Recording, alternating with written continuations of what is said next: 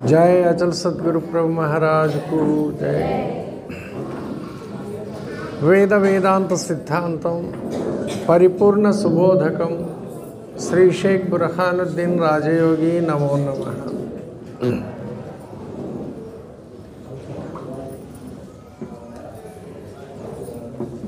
ఈ రోజు జరుపుకునేటువంటి యొక్క కార్యక్రమాన్ని గురించి మనందరికీ తెలిసిన విషయమే.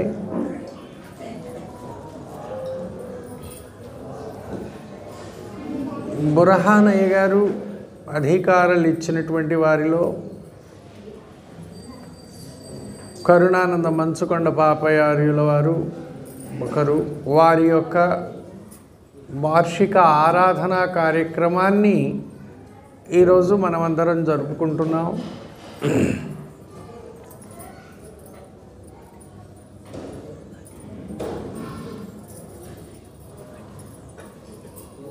మనమందరం కూడా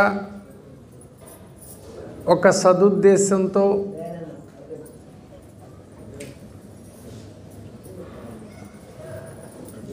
ఈ మార్గంలోకి వచ్చాం.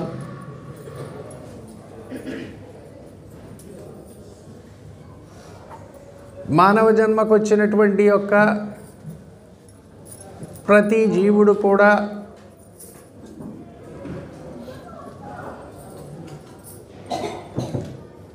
మోక్షాన్ని ఆశించటం, జన్మరహితాన్ని కోరుకోవటం,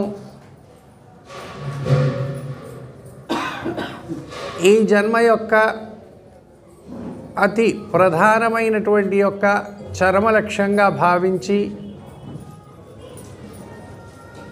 మనం ఈ గురు సాంప్రదాయంలో ప్రవేశించాం.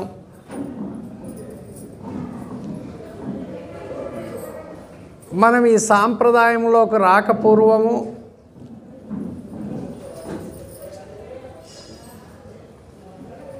ఎవరికి నచ్చినటువంటి యొక్క మతంలో కానీ మార్గంలో కానీ ప్రయాణం చేసి వచ్చాము. ఎందువలన అంటే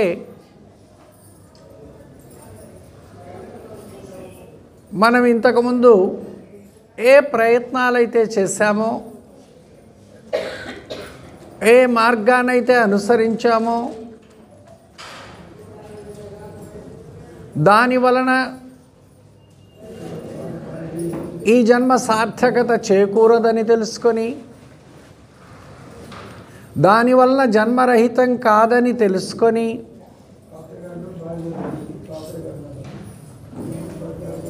గురు మార్గంలో ప్రవేశిస్తేనే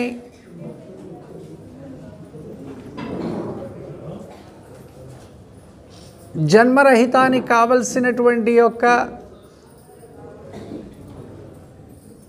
ఏ దివ్యమైనటువంటి యొక్క జ్ఞానమైతే ఉందో అది ప్రాప్తిస్తుంది. తద్వారా మనం ఈ జన్మకు వచ్చినటువంటి యొక్క లక్ష్యాన్ని నెరవేర్చుకోగలుగుతాము అనేటువంటి యొక్క ఉద్దేశంతోనే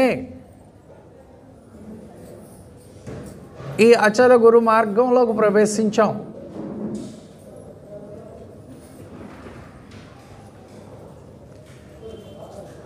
ఈ సంకల్పం కలగడం ఎంతో గొప్ప విషయం.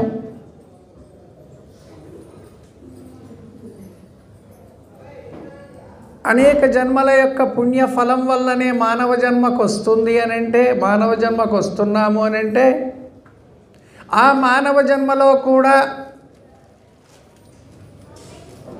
తన విముక్తి కొరకై ప్రయత్నం చేయాలనేటువంటి యొక్క సంకల్పం, అంటే మోక్ష సంకల్పం, ఇది ఎంతో విశేషమైనటువంటిది. అనేక జన్మల యందు ఈ జీవుడు అనుభవించినటువంటి యొక్క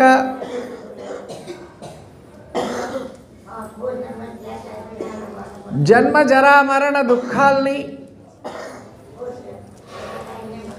ఆధ్యాత్మిక అతి భౌతిక అతి దైవిక తాపత్రయాగ్నిని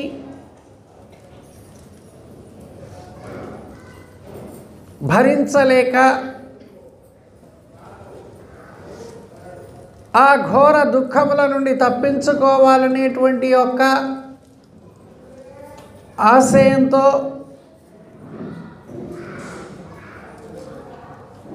మానవ జన్మను కోరి తెచ్చుకున్నాడు జీవుడు.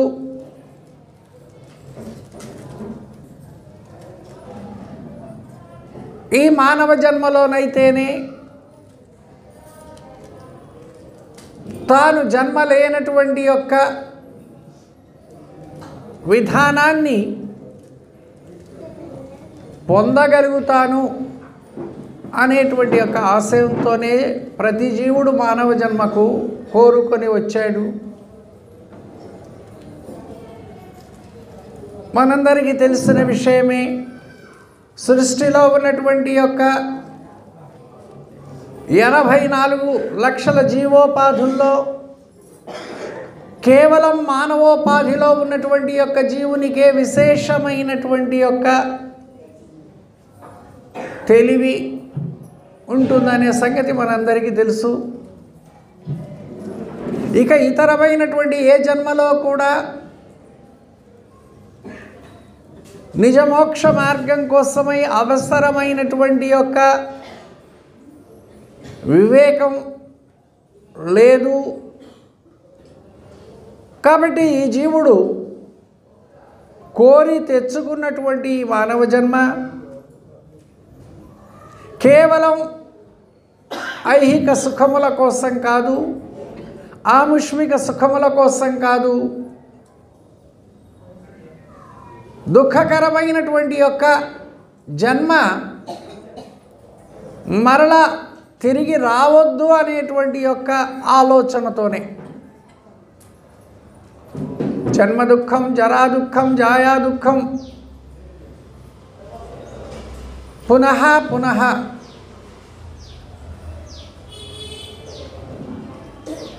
పుట్టడంలో దుఃఖమే ఉంది, జీవించడంలో దుఃఖమే ఉంది, తిరిగి మరణించడంలో కూడా దుఃఖమే ఉంది. ఇలాంటి దుఃఖము ఈ ఒక్క జన్మకే పరిమితమై లేదు. పునః పునః మరలా జీవుడు జన్మకు వస్తూనే ఉన్నాడు. మరలా యథాప్రకారంగానే జన్మ దుఃఖం, జరా దుఃఖం, జాయా దుఃఖం తిరిగి అనుభవిస్తున్నాడు. మరలా జన్మకు వస్తున్నాడు. అందుకే ఈ సృష్టి చక్రం అన్నారు. ఒక చక్రంలో చిక్కుకున్నటువంటి యొక్క జీవుడు ఆ చక్రం ఎంతవరకు అయితే తిరుగుతుందో అంతవరకు కూడా ఆ చక్రంతో పాటుగా జీవుడు తిరుగుతూ ఉంటాడు.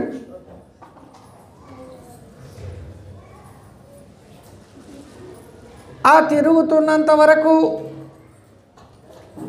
జీవునికి దుఃఖ రాహిత్య స్థితి దొరకదు. కానీ అజ్ఞానం చేత ఆ విషయాన్ని మానవ జన్మకు వచ్చినటువంటి యొక్క సాధకుడు మరిచిపోయి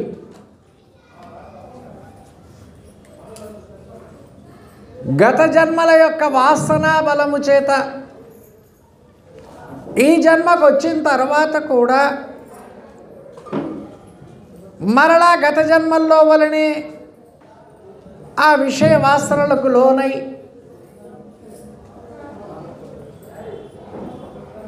ధనిషణ, ధారిషణ, పుత్రిషణాదులకు లోనై అరిషడ్వర్గములు అష్టమదములతో కూడుకొని అష్టపాశ బంధమునందు చిక్కుకుంటున్నాడు. దృఢభావనయా త్యక్త పూర్వాపర విచారణం యథాజ్ఞానం పదార్థస్య వాసనా సా ప్రకీర్తితః. శ్రీరామచంద్రుడు ఆంజనేయునకు ఈ ఉపనిషత్తు బోధించినట్లుగా చెప్పబడుతుంది. ఆంజనేయ అనేక జన్మల నుండి అలవాటు పడి వచ్చినటువంటి యొక్క ఈ మిథ్యా సంసార వాసన జీవుని యొక్క అంతఃకరణమునందు ఘనీభవించి ఉండడం చేత ఈ జన్మకు వచ్చిన తర్వాత కూడా తాను ఈ జన్మకు ఎందుకు వచ్చాడో అనేటువంటి యొక్క లక్ష్యాన్ని మరిచినటువంటి వాడై మరలా గత జన్మల్లోనే ఆ విషయ వాసనలోనే మునిగిపోతున్నాడు. మరలా తిరిగి అధోగతి పాలవుతున్నాడు. అంటే తాను ఈ జన్మకు ఎందుకు వచ్చాడో ఆ లక్ష్యాన్ని మరిచిపోయినటువంటి వాడై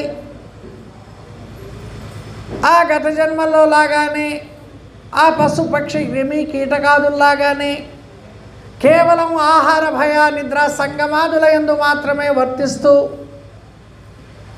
జీవిత కాలాన్ని సంపూర్తి చేసుకొని మరలా మరణావస్థను పొంది ఈ శరీరమును విడిచి మరలా వేరొక జన్మకు వస్తున్నాడు. ఉత్తిష్ట జాగ్రత్త. కాబట్టి మానవ జన్మకు వచ్చినటువంటి యొక్క ప్రతి మానవుడు కూడా ఉత్తిష్ట జాగ్రత్త, మేలుకోవాలి. అజ్ఞానం అనేటువంటి యొక్క నిద్ర నుంచి మేలుకోవాలి. తాను ఎందుకు వచ్చాడు ఈ జన్మకు, దేనిని సాధించడం కోసం వచ్చాడు, దేనిని సాధించినట్లయితే ఈ జన్మ సార్థకమవుతుంది, ఏది సాధించలేకపోయినట్లయితే ఈ జన్మ వ్యర్థమైపోతుంది, తిరిగి మహాప్రమాదంలో పడిపోతాడో ఆ విషయాల్లో చక్కగా విచారణ చేసుకొని మేలుకొని మరలా ఆ ఘోరమైనటువంటి యొక్క జనన మరణ ప్రవాహంలో చిక్కుకోకుండా తప్పించుకోవాలి. ఇది ఏకైక మార్గము, అదే అచల గురు మార్గం.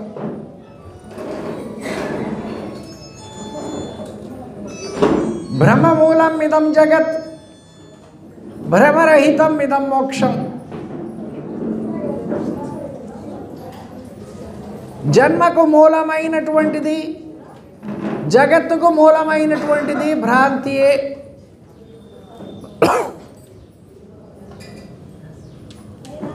ఆ భ్రాంతి రహితం కావటమే మోక్షము అన్నారు.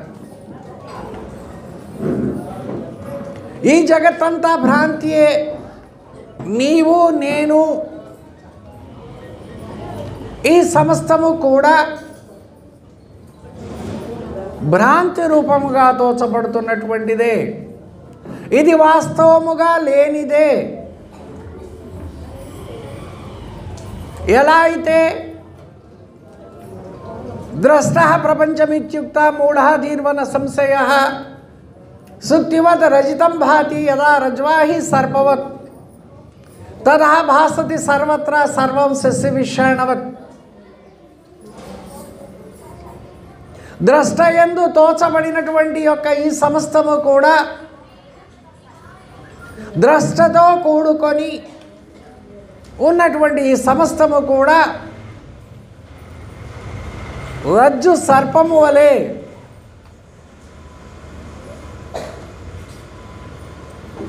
తాటియందు తోచినటువంటి యొక్క సర్పము పాము వలె.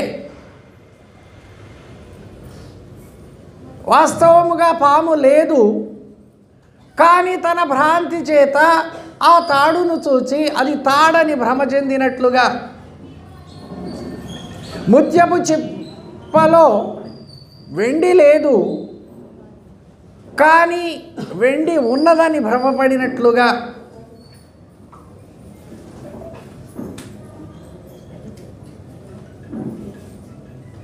ఈ సమస్తము కూడా లేని భ్రాంతి రూపమై తోచబడుతున్నటువంటి యొక్క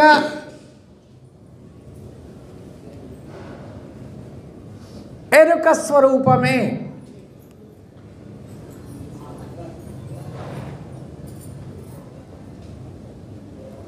అని ఎప్పుడైతే తాను మేలుకొని ఇది భ్రాంతి అని తెలుసుకుంటాడో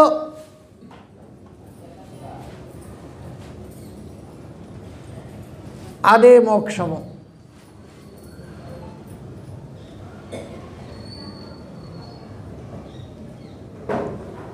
భ్రాంతి రహితము చేసేది సద్గురు బోధ, మోసమేమియో లేనిది. భ్రాంతి రహితము చేసినంతనే ఉన్న పరమును తెలియదో జేయును. భ్రాంతి రహితము చేసినంతనే ఉన్న పరమును తెలియజేయును. భ్రాంతి తోచిన ఎరుక పోవును, జనన మరణము లేక జేయును. భ్రాంతి తోచిన ఎరుక పోవును. ఇది భ్రాంతి అని తోచితే ఎరుకపోతుంది. జనన మరణములు లేకుండా పోతున్నాయి. ఇది భ్రాంతి అని తోచాలి. ఏది భ్రాంతి అని తోచాలి? భ్రాంతికి మూలమేమిటి? అసలు లేనిదైనప్పటికీ ఉన్నట్లుగా తోచబడుతుంది కదా. దానిని చూసే కదా మనమందరం భ్రాంతి చెందుతున్నాం. ఆ భ్రాంతిని చూసే కదా సత్యమని భ్రమపడుతున్నాం.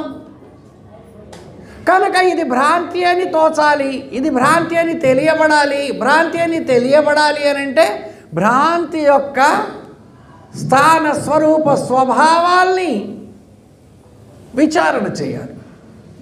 అంటే భ్రాంతి అన్నా ఎరుక అన్నా ఒకటే. ఎరుకే భ్రాంతి, భ్రాంతియే ఎరుకై ఉంది. ఆ ఎరుకయన్నా నేనన్నా నీవన్నా ఒకటే. ఆ భ్రాంతియే ఈ సమస్త జగత్తుకు మూలమైనటువంటిది. ఆ భ్రాంతియే సర్వవ్యాపకమైనటువంటి యొక్క జగత్తు రూపంగా తోచబడుతున్నటువంటిది. ఆ భ్రాంతియే నేను నీవు. ఈ సమస్తము కూడా భ్రాంతియే. భ్రాంతిలో కొంత సత్యమని, కొంత అసత్యమని, అసత్యమునే సత్యముగా భావించుతూ ఈ భ్రాంతికి ఆవల ఉన్నటువంటిదైతే ఏదైతే ఉందో దాని యొక్క ఉనికిని సరిగా అవగాహన చేసుకోలేక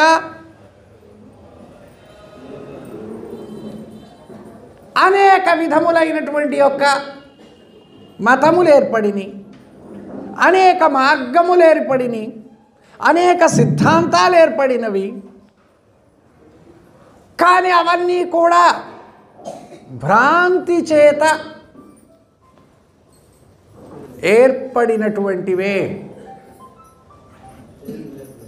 ఇక్కడ భాగవత కృష్ణదేశిక ప్రభువుల వారు ఒక కందార్థంలో మతముల వారలు తమ తమ సమ్మతిగా, మతముల వారలు తన సమ్మతిచే మితమేరుపరుచుకొని బహుగతులను కలహింతురట్టి గతి నీకేమిటికి, చపలత చెందే స్థితి నీకేమిటికి. ప్రతిలేని ఈ బట్ట బయలుండ చూచి సంతతము లేనెరుక లేదని నమ్ము మిక వారి గతి నీకేమిటికి, చపలత చెందే స్థితి నీకేమిటికి. మతముల వారలు వారికి సరిపడినటువంటి యొక్క విధానంగా మితములు ఏర్పరచుకొని,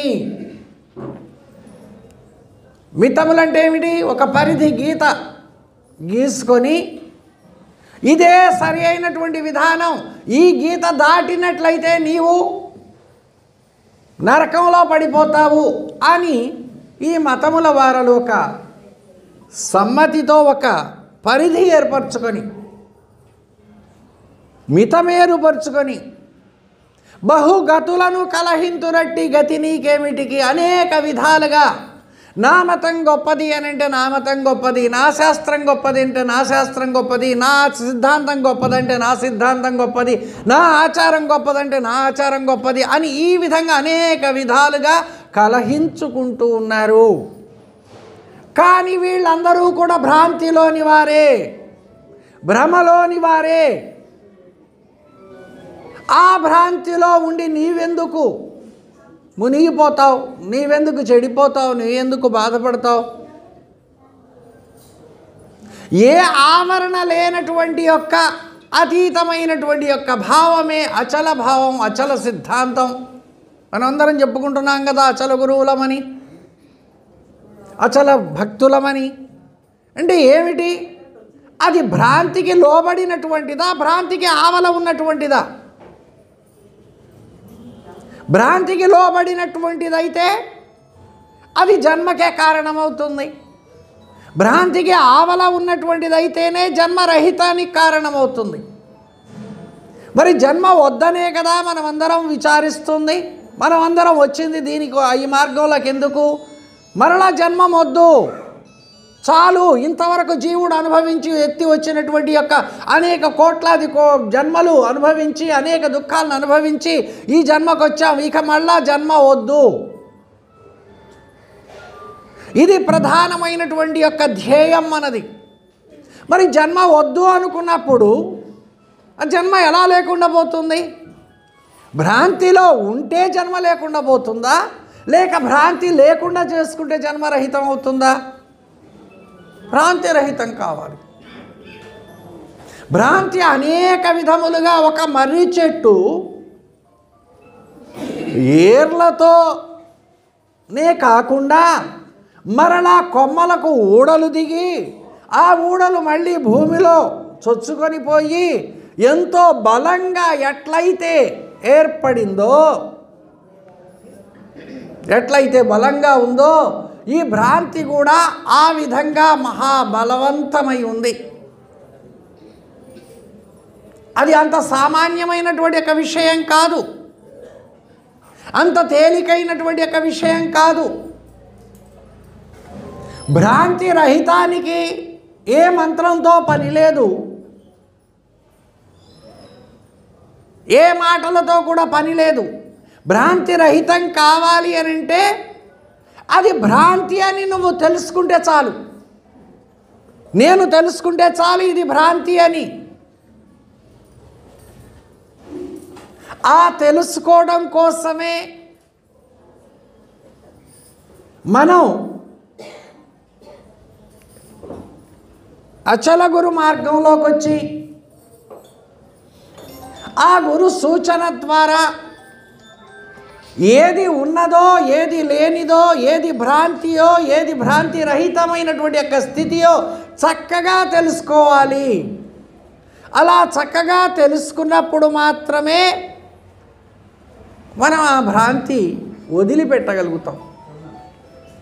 నేను ఎక్కడున్నాను, నేను ఎలా ఉన్నాను అనేటువంటి యొక్క విషయాన్ని విచారించడం కోసమే, నా యొక్క విచారణ కోసమే ఈ సాంఖ్యతారక అమనస్క విచారణలు కావాల్సి వచ్చినాయి. భ్రాంతి ఎలా ఉంది అని అంటే మలిన రూపమై ఉంది, అఖండ రూపమై ఉంది, శుద్ధ రూపమై ఉంది, అఖండ రూపమై ఉంది, పరారూపమై ఉంది. దీన్నే మలినపు ఎరుక, మిశ్రమపు ఎరుక, శుద్ధ ఎరుక, పరా ఎరుక అన్నారు. మరి ఈ 4 విధాలుగా ఈ ఎరుక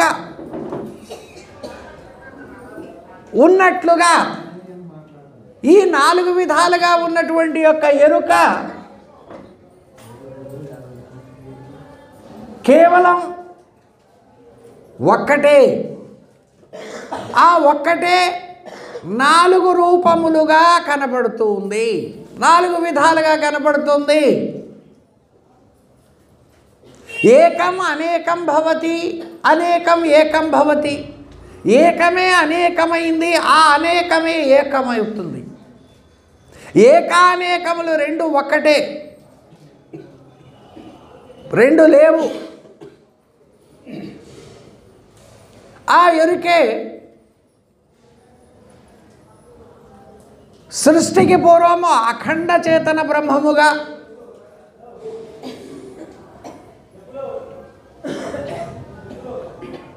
అలాగే మిశ్రమ రూపంగా, మలిన రూపంగా, అంటే జీవాత్మగా, ఆత్మగా, పరమాత్మగా, అఖండ చేతన బ్రహ్మముగా 4 విధములుగా తోచబడుతున్నటువంటిది ఆ ఒక్క ఎరుకే. ఆ ఎరుకే భ్రాంతి రూపమైనటువంటిది. భ్రాంతికి ఆవల ఉన్నటువంటిది అచల పరిపూర్ణ పరవాక్యము, పరబ్రహ్మము. ఆ పరబ్రహ్మమే అంతటా ఉంది. ఆ పరబ్రహ్మమే సత్యమై ఉంది. ఆ పరబ్రహ్మము తప్ప రెండవది ఏది లేదు. ఇది సిద్ధాంతం. ఎరుక లేదు, ఎరుక పుట్టనే లేదు. ఒకవేళ ఉన్నది అని అంటే అది భ్రాంతి రూపంగా తోచబడుతుంది మాత్రమే, కానీ వాస్తవముగా ఎరుక లేనిదే. ఆ భ్రాంతి ఎవరికి తోచబడుతుంది? నాకే. భ్రాంతి ఎవరికి తోచబడుతుంది? నాకే తోచబడుతుంది. నేనున్నంత వరకు భ్రాంతి తోచబడుతూనే ఉంటుంది.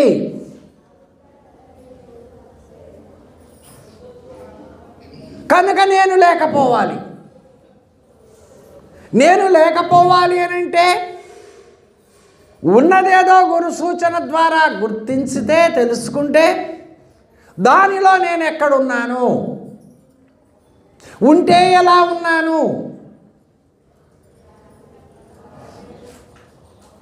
నిజమై ఉన్నానా లేక భ్రాంతి అయి ఉన్నానా అనే సంగతి నాకు తోచబడినప్పుడు భ్రాంతి రహితుడవ్వడానికి కారణమవుతుంది. విచారించాల్సిందే. దేహాన్ని గురించి విచారించాల్సిందే. సాంఖ్య విచారణలో సాంఖ్యం దేహ విచారణంచ బ్రహ్మయామిళం. ఈ శరీరము ఆత్మ రెండు కలిసి ఉన్నాయి కాబట్టి ఒకటిగా తోచబడుతున్నటువంటి ఈ రెండు ఒకటిగా రెండుగా విచారించవలసినటువంటి అవసరం ఏర్పడింది. కనుక ముందు సాంఖ్య విచారణ చేయాలి. ఎందుకోసం చేస్తున్నాం ఇదంతా కూడా? ఆ దేహం ఎలాంటిదో, ఇందులో వసించేటువంటి యొక్క ఆత్మ ఎట్టివాడో, ఈ రెండిటి యొక్క స్వరూపాలని తెలుసుకోవడం కోసమై సాంఖ్య విచారణ చేశాం. ఇది దేహమని, ఇది ఆత్మయని ఆ సాంఖ్య విచారణ చేసేటప్పుడు రెండవదైనటువంటి యొక్క తారక విచారణలో ఈ దేహం అసత్యము, ఈ ఆత్మయే సత్యమైనటువంటిది, ఆత్మయే నేను, నాకు ఆవరణ రూపంగా ఈ శరీరం ఉంది అనేటువంటి యొక్క విధానంగా సాంఖ్యాన్ని విచారించాం. ఆ విచారించి ఏ ఆత్మ అయితే నేనై ఉన్నానో అదే బ్రహ్మమై ఉంది, అదే నేనై ఉన్నాను, నాకు అన్యముగా ఇంకొకటి లేదు అని అమనస్క భావంలో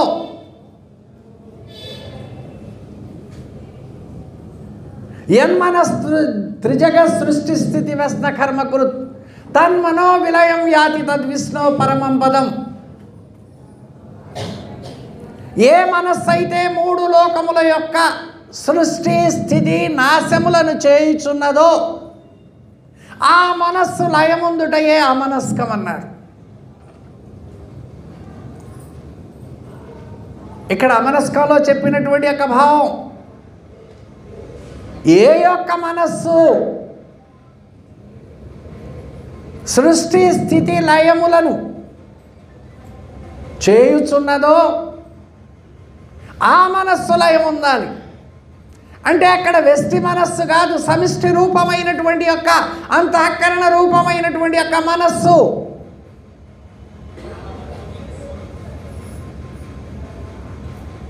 ఈ సమస్తమైనటువంటి యొక్క సృష్టి స్థితి లయములను చేస్తున్నటువంటి యొక్క ఏ అఖండ చేతన బ్రహ్మమైతే అయి ఉందో అదే సమిష్టి రూపమైనటువంటి యొక్క ఎరుక రూపం.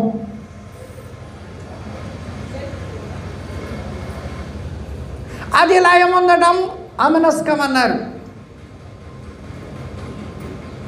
కానీ మరి అంతటితో తన యొక్క సందేహము నివృత్తి అయిందా? తిరిగి జన్మ రానటువంటి యొక్క స్థితి కలిగిందా?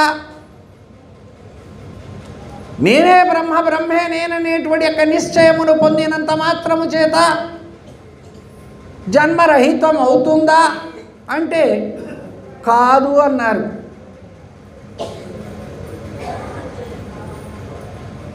మరుపు సుషుప్తియు మూర్ఛయు మరణంబు సమాధి అనుచు మానవులెరుకన్ దొరిగిన నరుడు మేను నెరుగాడోయన్న. ఒకవేళ ఆ అవస్థల యందు తన శరీరమును తాను ఎరగకపోయినా, ఈ ప్రపంచాన్ని ఎరగకపోయినా, అంత మాత్రము చేత లేనివాడు కాదు. ఎరుగా కుండితేనేమి, మరలా ఆ అవస్థ నుండి బయటికి వస్తున్నాడు. వచ్చిన తర్వాత ఈ ప్రపంచమును తనను ఎరుగుతూనే ఉన్నాడు. కనుక ఎరుగా కుండితేనేమి, తిరిగి పుట్టుచునుండు. తిరిగి పుట్టడు వాడి గురుబోధను ఎరిగితే. అంటే ఏమిటి గురుబోధ? ఎలాంటిది అంటే భ్రాంతి రహితము చేసేది. అహంభావో దయాభావో బోధస్య పరమో ధర్మ. అహంకారాన్ని, అభిమానాన్ని నశింపజేసేటువంటి, లేకుండా చేసేటువంటిది గురుబోధ. గురుబోధ అంటే ఇంకా ఇతరమైనటువంటి యొక్క పురాణాలని గురించో, శాస్త్రాలని గురించో, ఇతరమైనటువంటి యొక్క మతములను గురించో, ఇతరమైనటువంటి యొక్క సిద్ధాంతాలని గురించో చెప్పేటువంటిది గురుబోధ కాదు. ఏ బోధ వలన అహంకార మమకారములు నశిస్తాయో ఆ బోధ గురుబోధ. ఆ అహంకార మమకారములే భ్రాంతి అయి ఉన్నాయి, ఎరుకై ఉన్నాయి. ఆ ఎరుక రహితము చేసేటువంటిదే గురుబోధ. అందుకే భ్రాంతి రహితము చేసేది సద్గురు బోధ, మోసమేమీ లేనిది. భ్రాంతి రహితము చేసినంతనే ఉన్న పరమును తెలియజేయును. భ్రాంతి రహితము చేసినంతనే ఉన్న పరమును తెలియజేయును. భ్రాంతి తోచిన ఎరుకపోవును. ఇది భ్రాంతి అని నీకు తోచితే ఎరుకపోతుంది. ఇది భ్రాంతి అని తోచనంత వరకు ఎరుకలోనే ఉన్నావు, ఎరుక భ్రాంతిలోనే ఉన్నావు, జనన మరణములలోనే చిక్కుకోనున్నావు. కనుక భ్రమమూలం ఇదం జగత్ భ్రమరహితం ఇదం మోక్షం అన్నారు. భ్రమరహితం అవ్వడమే మోక్షం. మోక్షం అంటే ఏమిటి? మోక్షాన్ని ఎలా అయినా వాడుకోవచ్చు. జీవుడు బ్రహ్మములో ఐక్యం అవ్వడమే మోక్షం అనేటువంటి ఒక పదాన్ని వాడుకోవచ్చు. తన రహితమే మోక్షం అనేటువంటి ఒక విధానంగా కూడా ఆ పదాన్ని వాడుకోవచ్చు. మోక్షం అన్నంత మాత్రము చేత కేవలం జీవ బ్రహ్మైక్యమే అనుకోవాల్సిన అవసరం లేదు. అందుకే పెద్దలు ఏమన్నారంటే ఆ పదానికి ఇంకాస్త అలంకారం చేర్చి నిజమోక్షం అన్నారు. కానీ ఎలా వాడుకున్నా, ఎలా చెప్పుకున్నా తన రహితమందే. తన రహితమే మోక్షము, తన రహితమే పరిపూర్ణం. ఎరుక రహితమందే పరిపూర్ణ నిశ్చయము. మరి ఎరుక రహితం కావాలి అని అంటే ఎరుకకు ఉన్నటువంటి యొక్క ఏ ఆవరణలు అయితే ఉన్నాయో ముందు ఈ పొరలన్నిటినీ ఒలిచి వేసుకుంటూ రావాలి. ఈ పొరల్ని ఒలవడం అనేటువంటిది నీకు సాధ్యం కాదు. వీటిని నీ గురుడు ఒక్కొక్క పొరను ఒలిపించాలి. ఎట్లయితే అరటి దుంపకు పొరలు ఉన్నాయో ఒక్కొక్క పొర ఒలిచేసుకుంటూ పోతే చివరికి ఏం మిగులుతుంది? అరటి దుంప, అరటి చెట్టు దుంపమ్మ. దాన్ని ఒక్కొక్క పొరను అది అనేక పొరలతో కూడుకొని దుంపగా కనబడుతుంది. ఆ పొరల ఒక్కొక్కటి విడదీస్తూ ఉంటే చివరికి ఏమీ మిగలదు, దుంప మిగలదు. ఎరుక యొక్క విధానం కూడా అలాంటిదే. ఆ పొరలను వదిలించేటువంటి యొక్క విధానం ఎవరి దగ్గర ఉంది అని అంటే అచల సద్గురు దగ్గర ఉంది. ఆ అచల సద్గురుని సన్నిధానంలో చక్కగా నీవు విచారణ చేస్తే ఆ పొరలన్నిటినీ కూడా గురువు విడిపించి వదిలించి నీకు జన్మరహితం కలిగిస్తాడు. ఇదే పూర్ణబోధ యొక్క ప్రధానమైనటువంటి యొక్క ఉద్దేశం, పూర్ణబోధ యొక్క ప్రధానమైన ఆశయం.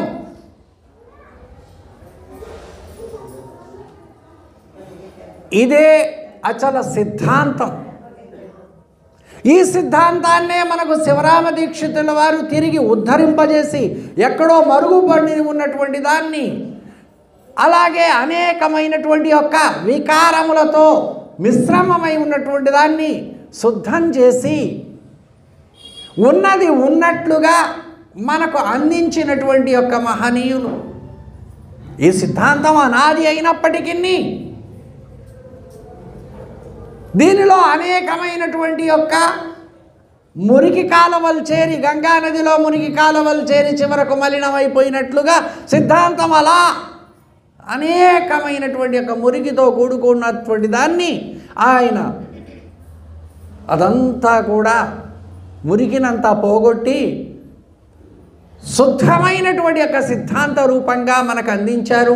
దానినే తరువాత భాగవత కృష్ణ ప్రభువుల వారు కానీ, పరశురామ సీతారామస్వాములు కానీ, అదేవిధంగా సాంప్రదాయకమైనటువంటి యొక్క పెద్దలందరూ మనకు మన గురుదేవులైనటువంటి యొక్క దయానంద బుర్హానుద్దీన్ సద్గురుస్వాముల వారు కానీ సిద్ధాంతాన్ని చాలా చక్కగా తీసుకొచ్చి అందించారు. కానీ మనం జాగ్రత్త వహించాల్సింది ఏమిటి అని అంటే, ఆ సిద్ధాంతంలో మళ్ళీ ఏమైనా మురికి కాలువలు చేరినేమో, మళ్ళీ అది సిద్ధాంతం మలినమైపోతుందేమో అనేటువంటి దానిని మనం ఎవరికి వారే జాగ్రత్త వహించి మనం ఏ స్థితిలో ఉన్నాం, సిద్ధాంతం ఏమిటి, సిద్ధాంతానికి ఎప్పుడు ఏ ఆవరణలు లేవు. సిద్ధాంతము నీ ముఖత విచారించినా నా ముఖత వివరించినా కూడా సిద్ధాంతం సిద్ధాంతంగానే ఉంటుంది. ఇక దాన్ని అనుసరించేటువంటి యొక్క మనము మన యొక్క స్థితిగతులు ఎలా ఉన్నాయి అనేటువంటిదే మనం విచారించుకోవాలి. మనకు ఆవరణలు ఏమున్నాయి, ఏ ఆవరణల్లో మనం చిక్కుకొని ఉన్నాము అని తెలుసుకొని ఆవరణల్ని వదిలించుకోవాలి.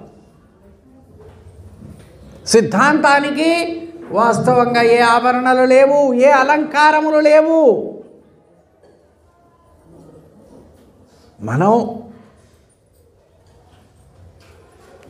ఏ గురువు వలన విచారణ చేసినా, ఏ అచల గురువు వలన విచారించినా సిద్ధాంతం సిద్ధాంతంగానే ఉంది, దానికి భిన్నత్వం లేదు.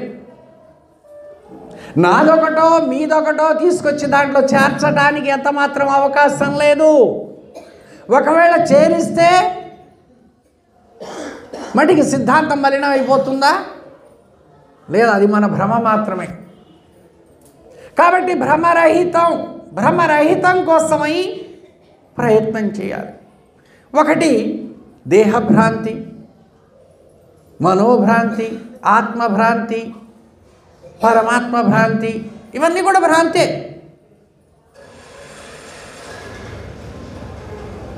మరి వీటిని చక్కగా విచారిస్తే దేహము, స్థూల దేహాన్ని గురించి విచారించేటప్పుడు మనకు తెలుస్తూనే ఉంది, మన తాత లేడు, తండ్రి లేడు, ముత్తాత లేడు, మనం కళ్ళ ఎదుటే అందరూ పోతున్నారు, ఈ దేహం అశాశ్వతం అనే సంగతి గురువే చెప్పనవసరం లేదు. ప్రతి వాళ్ళకి ఎప్పుడో ఒకప్పుడు తెలుస్తూనే ఉంది, వైరాగ్యం కలుగుతూనే ఉంది.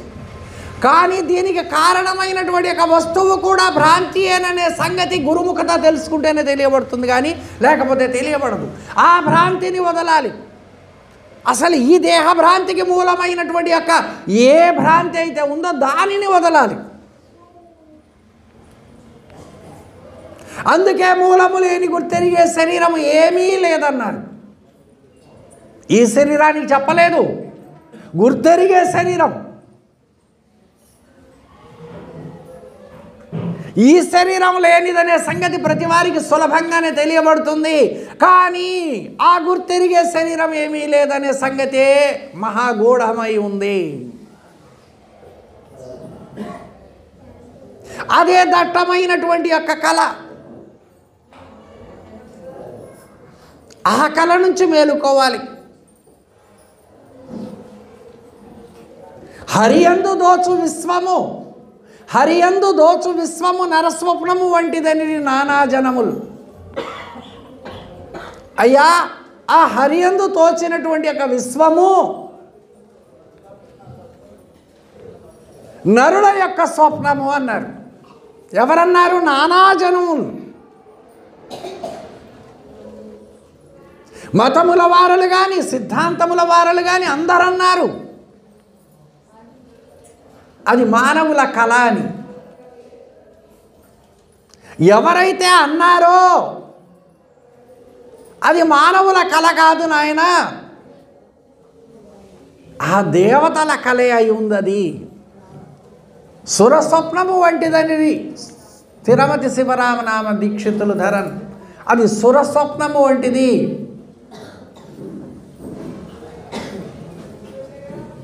ఎవరైతే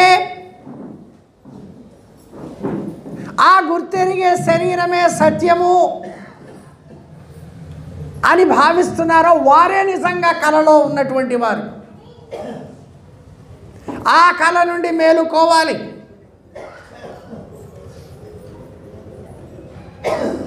అంటే సాధకుడు గురు సన్నిధానములో, ఎందుకంటే ఇంకొక మార్గం లేదు. పోనీ మనం శాస్త్రాలు చదివో లేక పూజలో పునస్కారాలు చేసో యోగములో తపస్సులో చేసో మనం దాన్ని సాధించుదాము అనుకుంటే అది అసాధ్యము, సాధ్యపడేటువంటిది కాదు. అది కేవలం గురుమూర్తి వల్లనే విడవాల్సినటువంటి యొక్క భ్రాంతి తప్ప ఇంకొక మార్గం లేదు.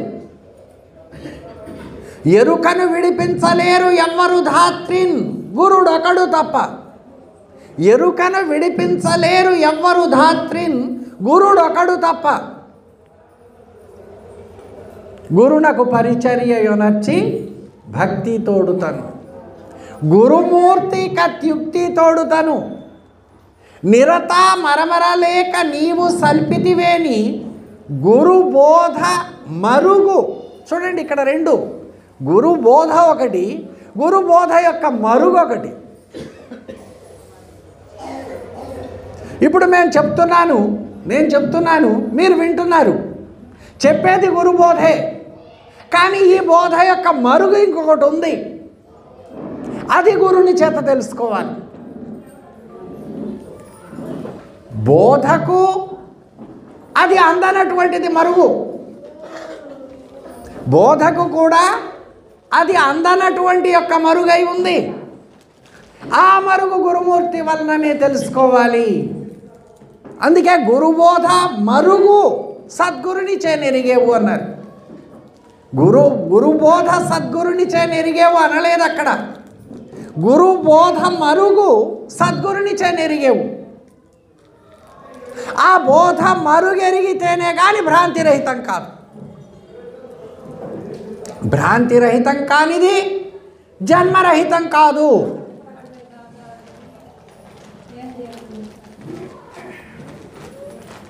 కాబట్టి సాధకుడు ఎలా ఉండాలి? ఆ మరుగెరిగి భ్రాంతిరహితుడై జన్మరహితం చేసుకోవాలనేటువంటి యొక్క ఏకైక దీక్షతో కూడుకున్నటువంటి వాడై ఉండాలి. ఈ జన్మ సర్వస్వము కూడా ఆ లక్ష్యం కోసమే అంకితం చేసినటువంటి వాడై ఉండాలి. అందుకే నిరత మరమరలేక సేవ చేసితివేని. ఆ గురువు గారికి అరమర లేకుండా నిరతము ఏ సేవ చేయాలి? సేవ అంటే ఏమిటి? ఆత్మ అంగ స్థాన భావ శుశ్రూషలు చెప్పారు కదా. 4 శుశ్రూషణములు లోలత కావించుకొనుచు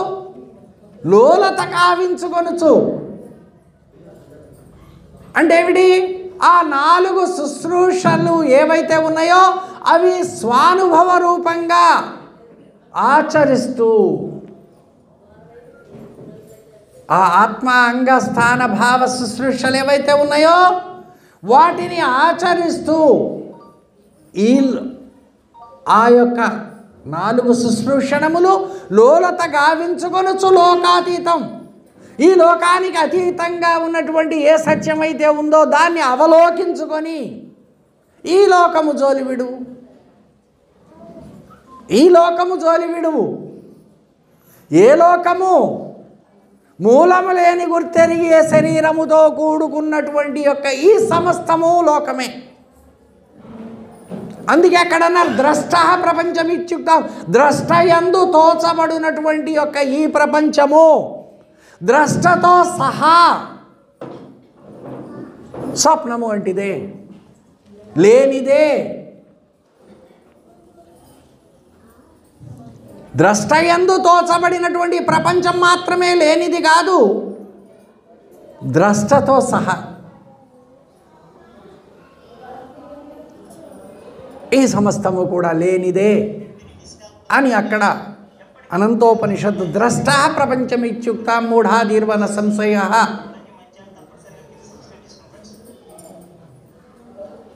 సుక్తివత్ రచితం భాతి యథా రజ్వాహి సర్పవత్ తథా భాసతి సర్వత్రా సర్వం శశి విషాణవత్. సర్వం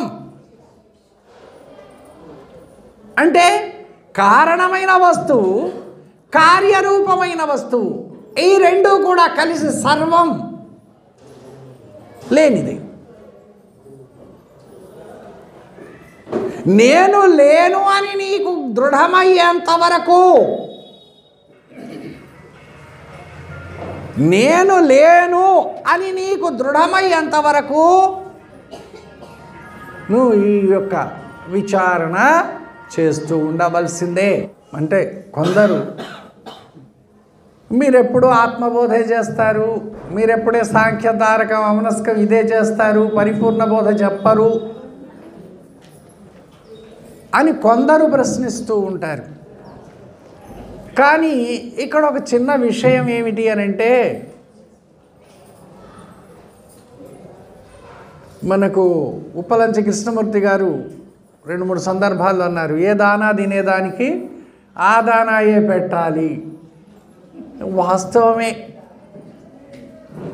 అది వాస్తవమే. కానీ ఇంకొక విషయం కూడా సత్యం ఒకటి ఉంది. మనకు అన్నప్రాసన చేస్తాం, అన్నప్రాసన చేయకముందు పిల్లవాడు పాలే తాగుతున్నాడు, అన్నప్రాసన చేస్తాం. ఎందుకు చేస్తాం? ఆ పాలే తాపించవచ్చుగా. కానీ దానివల్ల అతనికి కావలసిన సంపూర్ణ ఆరోగ్యము, అది పెరగడానికి, అతని బుద్ధి పెరగడానికి కావలసిన శక్తి చాలదు. కాబట్టి అతడు అన్నమే తింటేనే కానీ ఆరోగ్యవంతుడై బలవంతుడై పెరగడు అని తల్లి క్రమంగా కొద్ది కొద్దిగా పాలను వదిలించడానికి ముందు పాలను వదిలించాలి. పాలను మాన్పించడం కోసమై గుజ్జన్నం అలవాటు చేస్తుంది తల్లి. అంటే పాలను మాన్పించాలిగా. తల్లి పాలు మంచివే, ఎప్పటి వరకు మంచివి? కొంతకాలం మాత్రమే, కొన్ని నెలలు మాత్రమే, లేకపోతే 1 సంవత్సరం. కానీ ఆ పైన పనికి రాదు. అతనికి అన్నం తినిపించడం అలవాటు చేయాలి.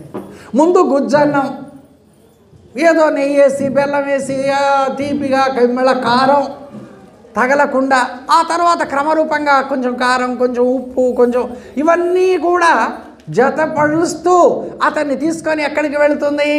ఆ గుజ్జన్నం పోతుంది. మళ్ళీ మధ్యలోనే ముందు పాలు పోయినాయి, ఆ తర్వాత గుజ్జన్నం పోతుంది, మరలా ఆ తర్వాత కఠినమైనటువంటి అన్నమే.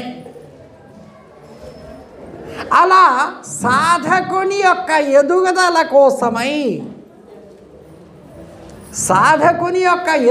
కోసమై ముందున్నటువంటి అలవాట్లన్నీ వదిలిస్తూ చివరకు ఆయనకు లక్ష్యం దగ్గరికి తీసుకొని వెళ్ళాల్సిన బాధ్యత బోధకునికి ఉంది. ఎవరికి ఉంది ఆ బాధ్యత? తల్లికే ఉంది. అలాగే బోధకునికి ఆ బాధ్యత ఉంది. ఇక పాలు తాగుతున్నాడంటే వాడు ఎంతకాలం ఇచ్చినా పాలే తాగుతానంటాడు, అలవాటు పడ్డాడు కదా ఆ పాలకు.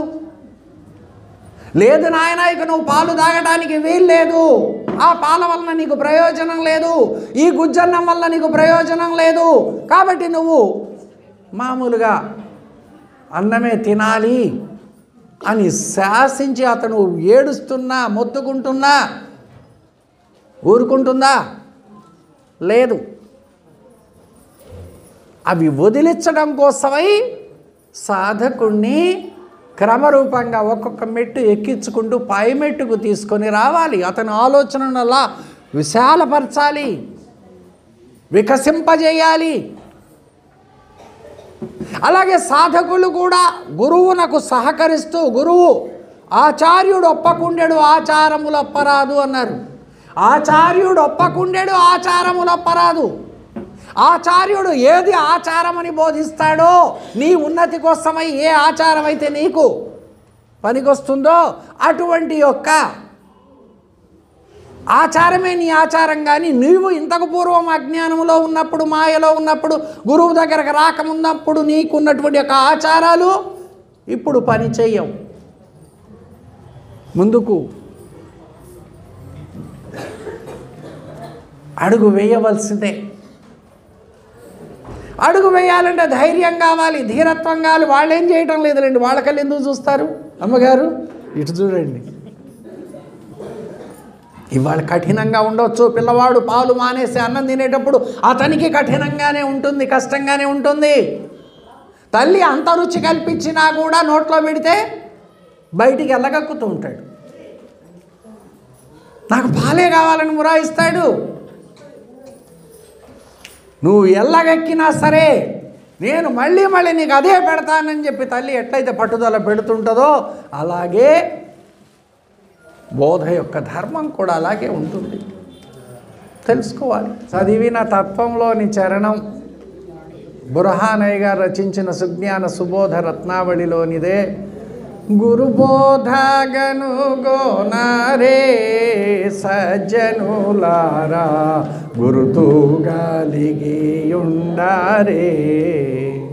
గురుని బోధగనుటకును మరి కుదురు పడవలే మనసు స్థిరముగా, మురుగుచుండెటి వారలెల్లరూ మరల జన్మములెత్తుచుందురు. గురుబోధగను గోనారే సజ్జనులారా, గురుతూగలిగి ఉండారే. దాంట్లోదే ఈ చరణం.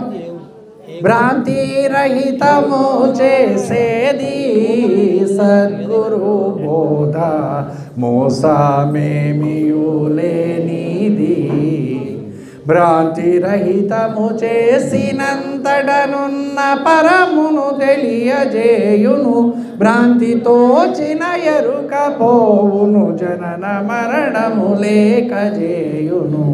గురుబోధగను గోనారే సజ్జనులారా, గురుతూగలిగి ఉండారే. జై సద్గురు మహారాజ్కు. ఈ యొక్క అవకాశం ఇచ్చినటువంటి ఈ యొక్క మందిర అధ్యక్షులు, కార్యకర్తలు అందరికి, మీ అందరికీ కూడా శుభాశీస్సులు అందజేస్తూ ఆ గురుమూర్తి కృప మీ యందు ఎప్పుడు ఎల్లప్పుడూ ఉండి జన్మరహితులుగా చేయాలి అని ఆశిస్తూ, జన్మరహితులు అవ్వాలని మీరందరూ ఆశిస్తూ నా ఉపన్యాసాన్ని విరమించుకుంటున్నాను. జై సద్గురు మహారాజ్. అందరికీ జై గురు.